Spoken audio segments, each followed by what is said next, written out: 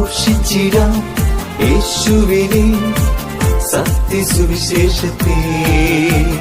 നോക്കി പാർക്കാം യേശുവിനെ വീണ്ടും വരുന്നവനെ. ഘോഷിച്ചിടാം യേശുവിനെ സത്യസുവിശേഷത്തെ.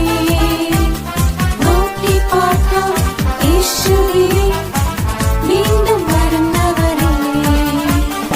ആരാധിക്കാം യേശുവിനെ അധികാരമുള്ളവനെ. വണങ്ങിടാം ദൈവകുഞ്ഞാടിനെ ആരിലും ഉന്നതനെ.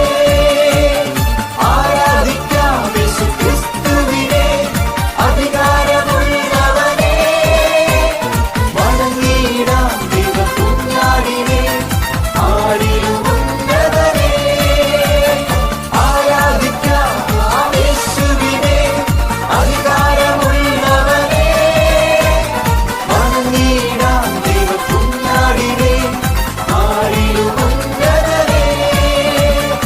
ആരാധിക്കാം യേശുക്രിസ്തുവിനെ അധികാരമുള്ളവനെ. വണങ്ങിടാം ദൈവകുഞ്ഞാടിനെ ആരിലും ഉന്നതനെ. ഇന്ന് രാത്രി ഞാനൊരു മന്ത്രിയെ ഉയർത്താൻ പോകുകയാ. എന്നാൽ ഇന്ന് രാത്രി ഞാനൊരു ഡോക്ടറെ നിങ്ങളുടെ മുൻപാകെ പരിചയപ്പെടുത്താൻ പോകുകയാ. ആരാണ് ആ ഡോക്ടർ? ആരാണ് ആ മന്ത്രി? ആ മന്ത്രി ഭൂതലത്തിലേക്ക് മനുഷ്യാവതാരം എടുക്കും മുൻപ്, നൂറ്റാണ്ടുകൾക്ക് മുൻപ് പ്രവാചകനായ യെശയ്യാവ് അദ്ദേഹത്തെ കുറിച്ച് ഇങ്ങനെ വിളിച്ചു പറഞ്ഞു, നമുക്കൊരു മകൻ നൽകപ്പെട്ടിരിക്കുന്നു, നമുക്കൊരു ശിശു ജനിച്ചിരിക്കുന്നു. ആധിപത്യം ആധിപത്യം ആധിപത്യം, സർവത്തിന്റെയും അധികാരം, സർവത്തിന്റെയും അധികാരം, ആധിപത്യം അവന്റെ തോളിലുണ്ട്. അടുത്ത പ്രയോഗം എങ്ങനെയാ? അവൻ അവൻ അവൻ അവൻ അത്ഭുത മന്ത്രി. ഓ ദ നെയിം ഓഫ് ജീസസ്. അവൻ സാധാ മന്ത്രിയല്ല. അവന്റെ പിൻപിൽ PA-കളുടെ ആവശ്യമില്ല, പ്രൈവറ്റ് സെക്രട്ടറിമാരുടെ ആവശ്യമില്ല, തന്റെ പിൻപിൽ ഒരു പറ്റം കൂട്ടക്കാരുടെ ആവശ്യമില്ല. അവൻ ആരാണ്? ഏകനായി ഏകനായി ഒറ്റയ്ക്ക് മഹാത്ഭുതം ചെയ്യുന്നവൾ, ഒറ്റയ്ക്ക് മഹാത്ഭുതം ചെയ്യുന്നവൾ, ഒറ്റയ്ക്ക് മഹാത്ഭുതം ചെയ്യുന്നവൾ. ഇന്നു രാത്രി നിന്റെ വിഷയം എന്തുമാകട്ടെ, നീ അങ്ങോട്ട് ചെന്നിട്ട് നിന്റെ രോഗവിവരം അങ്ങോട്ട് പറയണ്ട, നിന്റെ രോഗവിവരം അങ്ങോട്ട് സൂചിപ്പിക്കണ്ട. നീ ചെല്ലുമ്പോൾ തന്നെ നിന്റെ വിഷയം അറിയാവുന്ന, നീ ചെല്ലും മുൻപ് തന്നെ നിന്റെ സാഹചര്യം അറിയാവുന്ന ഒരു മന്ത്രി ഉണ്ടെങ്കിൽ ആ മന്ത്രിയെ ഞാൻ ഉയർത്തും. യേശു. അവനൊപ്പം പറയാൻ ഒരാളില്ല, അവനെപ്പോൾ ആരാധ്യൻ ആരുമില്ല, അവനല്ലാതെ ഞങ്ങൾക്ക് ഉയർത്തുവാൻ മറ്റൊരു വ്യക്തിത്വമില്ല. നിങ്ങൾക്കറിയാമോ, ഈ മന്ത്രിക്ക് ഒരു പ്രത്യേകതയുണ്ട്. ആ മന്ത്രിയോട് ആരും പറയണ്ട.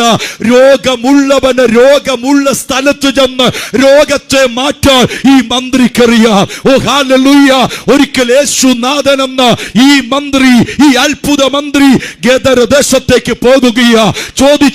ശിഷ്യന്മാരോട് ചോദിച്ച്, പത്രോസേ, നീ യേശുവിനോട് കൂടെ ഗദർ ദേശത്ത് പോകുകയല്ലേ? എന്തിനാ പോകുന്നത്? അന്ത്രയോസേ, നീ യേശുവിനോട് കൂടെ ഗദർദേശത്തേക്ക് പോകുകയല്ലേ? എന്തിനാ പോകുന്നത്? അവ കൂടെ പോകുന്ന മുഴുവൻ പേരോട് ചോദിക്ക്, അവർക്കാർക്കും അറിയില്ല എന്തിനാ പോകുന്നത് എന്ന്. എന്നാൽ യേശുവിനോട് ചോദിച്ച്